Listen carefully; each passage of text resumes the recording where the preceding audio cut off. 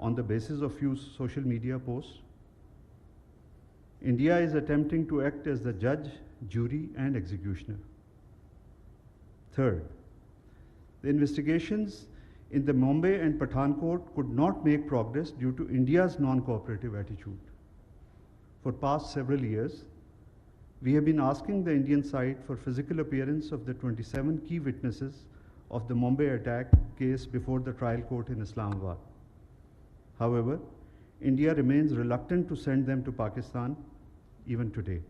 As a result, the judicial proceedings remain stalled. Fourth, while India portrays itself as a victim of terror, it conveniently ignores its own role in planning, sponsoring, and abetting terrorism in Pakistan. It is no secret that India's network of targeted assassination and other subversive activities has gone global. Commander Kulbhushan Yadav, a serving officer of the Indian Navy, is a living proof of the Indian state's involvement in terror, subversion, and espionage in Pakistan.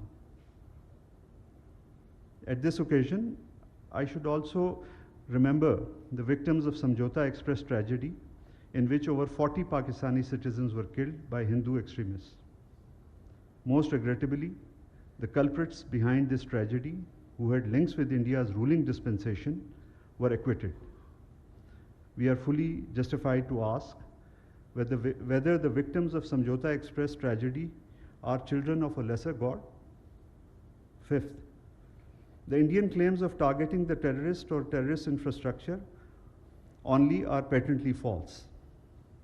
It is a matter of record that the Indian strikes resulted in martyrdom of civilians, including women and children. It also is a matter of public knowledge that some mosques were also destroyed or damaged during the Indian aggression. Similarly, parts of the Neelam Jhelum hydroelectric project were damaged due to the Indian shelling, which is inter alia, a violation of international conventions. We are well within our rights to demand that India should be held accountable for these crimes. Sixth, the Indus Water Treaty has been a successful water sharing arrangement between the two neighboring states. The treaty withstood tests of wars and standoffs. However, the current Indian dispensation is bent upon weaponizing water. Holding in abeyance of Indus Water Treaty is unilateral and illegal. There are no such provisions in the treaty. This section shows India's blatant disregard for the sanctity of international treaties. It sets a dangerous precedent. It strikes at the fundamental pillar of regional cooperation with profound implications for regional and global stability. Pakistan is an agrarian economy. Millions of people are dependent on the waters being regulated by the treaty. The Indian decision is equivalent to an attack on the people of Pakistan and its economy. For Pakistan, the Indian announcement is of no legal consequence. The treaty remains in force and fully binding on the parties. The Indian allegation of Pakistan's refusal to enter into government-to-government negotiations are also incorrect. Pakistan has been continuously engaged with India on the subject. Last but not the least, we particularly regret the Indian Foreign Secretary's indecent and undiplomatic remarks that Pakistan has been in the habit of lying since its creation in 1947.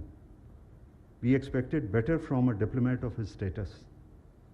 It is most unfortunate that nowadays India's ruling dispensation is trying to rewrite history, making a number of absurd claims. India's founding fathers must be turning in their graves. We wish to remind them that it was India that took the Jammu and Kashmir dispute to the United Nations. Today, how can it renege from its own commitments made to the United Nations, to Pakistan, and above all to the Kashmiri people?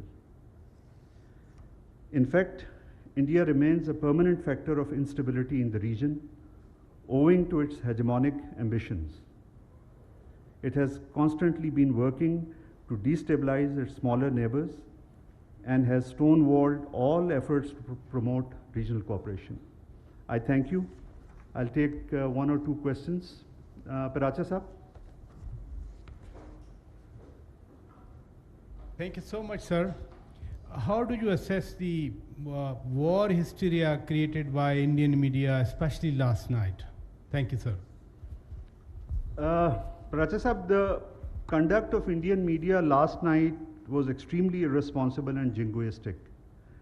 And frankly, disinformation is one thing, but the conduct of Indian media yesterday was indeed farcical. Encouraged by the Indian state, its media tried to create an alarming situation. The repeated pattern of leveling accusations against Pakistan without any credible investigation reflects a deliberate strategy to manufacture a pretext for aggression and to further destabilize the region. Such actions not only further endanger regional peace, but also reveal a disturbing willingness to exploit misinformation for political and military ends. Thank you. Ji, Anas Saab. Since you mentioned about the Indus Water Treaties being still being enforced, India has said that it has written a letter with regards to the suspension of the treaty. How does Pakistan have to respond on that? Thank you. Thank you, Anas Saab. We have responded to the Indian letters by conveying that the treaty remains fully in force and is binding on the parties. There is no provision in the treaty to hold it in abeyance. And I may also repeat what I said in my opening remarks. The Indus Water Treaty has been successful water sharing arrangement between the two neighboring countries. The treaty has withstood tests of wars and standoffs. However, the current Indian dispensation is bent upon weaponizing water. Holding in abeyance of Indus Water Treaty is unilateral and illegal. There are no such provisions in the treaty. This action shows India's blatant disregard for the sanctity of international treaties. It sets a dangerous precedent. It strikes a fundamental pillar of regional cooperation with profound implications for regional and global stability. Pakistan is an agrarian economy. Millions of people are dependent on the water being regulated by this treaty. The Indian decision is equivalent to an attack on the people of Pakistan and its economy.